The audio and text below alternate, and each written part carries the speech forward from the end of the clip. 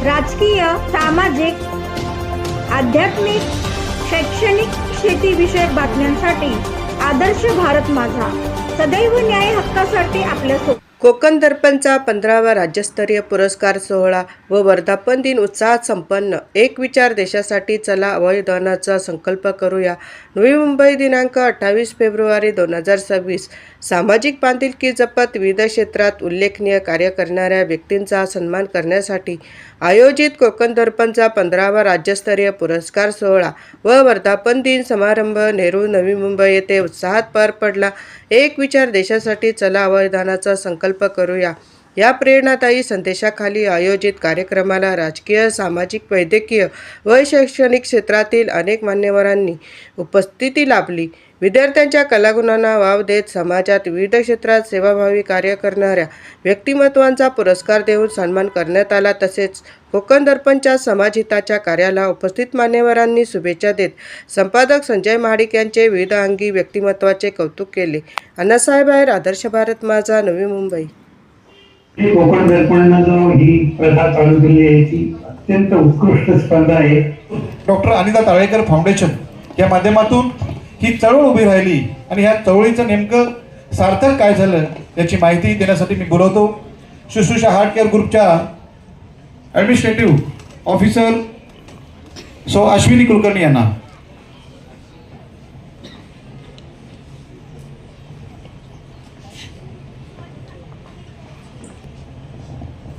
आदरणीय प्रमुख पाहुणे, मान्यवर, व्यासपीठावरील सर्व सदस्य आणि उपस्थित सर्वांना माझा नमस्कार. डॉक्टर अनिता तारळेकर फाउंडेशनकडून कोकण दर्पणच्या वर्धापनादिनानिमित्त शुभेच्छा आणि धन्यवाद. आज मला अत्यंत महत्त्वाच्या जीवनाशी निगडीत अशा विषयावर बोलण्याची संधी मिळाली आहे आणि तो विषय म्हणजेच अवयवदान. आपण सगळे रोज देवाकडे दीर्घायुष्य मागतो, पण कधी असा विचार केला आहे का की आपल्यामुळे एखाद्याला दुसरं आयुष्य मिळू शकतं? डॉक्टर अनिता तारळेकर फाउंडेशनच्या माध्यमातून आम्ही लोकांमध्ये अवयव दानाबद्दल जनजागृती करत आहोत. अवयव दानाच्या प्रत्यारोपणाच्या सर्व प्रक्रियेमध्ये येणाऱ्या अडचणी हे सर्व डॉक्टर अनिता तारळेकर यांनी स्वतः सहन केले होते आणि आपण डॉक्टर असूनही अवयव मिळवण्यासाठी खूप प्रयत्न करावे लागले, तर इतर सामान्य लोकांचे काय? आणि हा विचार घेऊन डॉक्टर संजय तारळेकरांनी ही संस्था चालू केली. आपण भोगलेला त्रास गरजू लोकांना होऊ नये आणि ह्या उद्देशाने ही संस्था कार्यरत आहे. आज भारतात हजारो रुग्णांना किडनी, लिव्हर, हृदय, फुफ्फुसं, डोळे यांची गरज आहे, पण दाते कमी आहेत. आपण मृत्यूनंतर जरी हे शरीर सोडून गेलो तरी आपले अवयव किमान 7 ते 8 लोकांचे प्राण वाचवू शकतात. हे सगळे अवयव दान करता येतात, जसे की डोळे, पॅनक्रियाज, हृदय, फुफ्फुसं, मूत्रपिंड. सगळ्यात महत्त्वाची गोष्ट म्हणजे अवयव दान करताना वयाची कोणतीही अट नाही. आजारी माणूस सुद्धा अवयव दान करू शकतो. जिवंतपणीही किडनी आणि लिव्हरचा भाग दान करता येतो आणि लोकांमध्ये अजूनही अनेक गैरसमज आहेत, पण सत्य हे आहे की अवयव दान हेच सर्वश्रेष्ठ दान आहे. हे पुण्याचं कार्य आहे. आज मी इथे उपस्थित असलेल्या प्रत्येकांना एकच विनंती करते की आज निर्णय घ्या व नोंदणी करा. अवयवदानाबद्दल अधिक माहितीसाठी आमच्या अधिकृत वेबसाईटवर www.sushrushaheartcare.in याच्यावर तुम्हाला याबद्दल अधिक माहिती मिळू शकते. डॉक्टर तारळेकरांच्या या संकल्पनेमध्ये कोकण दर्पणची साथ लाभली व त्यांच्यासोबत आम्ही अवयवदानाबद्दल जनजागृती करत आहोत. आपल्या सर्वांना एके दिवशी जायचंच आहे, पण जाण्याआधी आपण जगात आपला ठसा उमटवू शकतो. माझ्यानंतर मी जगणार ही भावना म्हणजेच अवयवदान. शेवटी एवढंच म्हणेन की तुम्ही निर्णय घ्या. तुम्ही निर्णय घेतला तर उद्या कुणाचे तरी आयुष्य वाचेल. आपण सर्वांचे माझ्या मनापासून आभार आणि परत एकदा अवयवदानाबद्दल संकल्प करूया म्हणून तुम्हाला सर्वांना आवाहन करते. जय महाराष्ट्र, जय हिंद. बंधूंनो, कोकण दर्पणचा प्रवास आणि सिद्धार्थ शाळेचा प्रवास असा आमचा 25 वर्षाचा प्रवास आहे. खारघरमध्ये आम्ही 2 माणसं आहोत. संजय सकाळी मला 7ला भेटतो आणि रात्री 10ला देखील भेटतो. आम्ही लवकर येतो आणि उशिरा जातो. जेवढे नौकर असतील आमचे तेवढे उशिरा येतात आणि लवकर जातात. पण आम्ही दोघं मात्र काही पगार घेत नाही, पण काम करतो.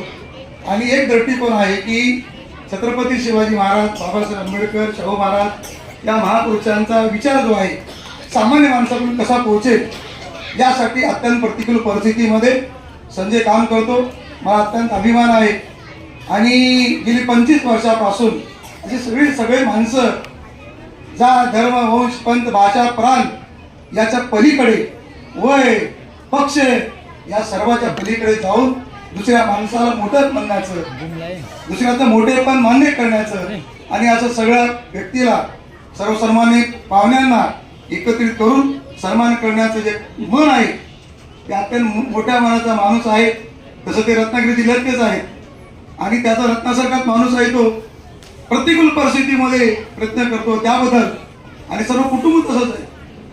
मुलगी देखील या सर्वांमध्ये बाबासाहेबांचे गाणे म्हणतात, पत्रकारितेतून बाबासाहेब समजून सांगतात. सामाजिक जी भान आहे या भूमीचं आणि माणसं कसं जोडायचं, अत्यंत प्रतिकूल परिस्थितीमध्ये यशस्वीपणे आपली शेती इंजिनिअरिंग करते. दुसरी बात आहे ती आणि नातेवाईक, सोयरे, धायरे, गण, गोत, मित्र त्या सर्व माणसांना मदत करण्याची जी भावना आहे, आपल्याकडे जी काय आहे ती मदत करण्याची भावना एक तर पत्रकार आहेतच आहे, पण सकारात्मक पत्रकारिता आणि अन्य माणसाविषयीचं दुःख जाणून घेणे आणि जेवढं जमत तेवढं मदत करणे असे माझे मित्र पण आहेत, माझा विद्यार्थी पण आहे. ते PhD पण करत आहेत. मी त्यांना म्हणलं तुम्ही MA करा जर्नलिझम, नांदेडला पाठवलं त्यांना. आता PhD करा. आणि नवी मुंबईच्या प्रकल्पग्रस्तामध्ये पत्रकारितेचं काय योगदान आहे यामध्ये हे PhD करत आहेत. ते माझ्या मार्गदर्शनात काम करत आहेत. त्यांचं हार्दिक शुभेच्छा व्यक्त करतो. एक पत्रकारिताच आहेत पण त्याच्यामध्ये सामाजिक भान महत्वाचं आहे. कुटुंबातले सर्व सदस्य ही अत्यंत प्रेमाने सामाजिक न्यायाच्या भूमिकेतून आपलं जीवन जगत आहेत. खऱ्या अर्थानं त्यांचा सत्कार, सन्मान हे या मंचावरती करण्यासाठी तयार नव्हते. आम्ही दोघे जण म्हणतो की आम्हाला काही सत्कार नको कोणाचा. सत्कार करता असा काय सत्कार होईल, आम्हाला काही पण चांगलं का काम करायला. आणि त्यामुळे म्हणून पण दुसऱ्याचा सत्कार करण्यामध्ये निश्चितपणे आम्हाला आनंद आहे. माझे मित्र आमचे सगळे सिद्धार्थ जोळसाहेब देखील या ठिकाणी आले. आम्ही सगळे लोक प्रतिकूल परिस्थितीमध्ये इथल्या व्यवस्थेला परिवर्तन करण्याचं काम करतो. जेवढं शक्य होईल तेवढं मुंगीसारखं आमचं काम आहे. आणि त्याच्यामध्ये संजय महाडिक यांचा देखील निश्चितपणे वाटा आहे. मी घोडे साहेबांना, सिद्धराम साहेबांना आणि सर्व सन्माननीय मंडळीला विनंती करतो की त्यांनी पुष्पगुच्छ देऊ. त्यांचाच नव्हे तर कुटुंबातल्या सर्व सदस्यांचा सन्मान.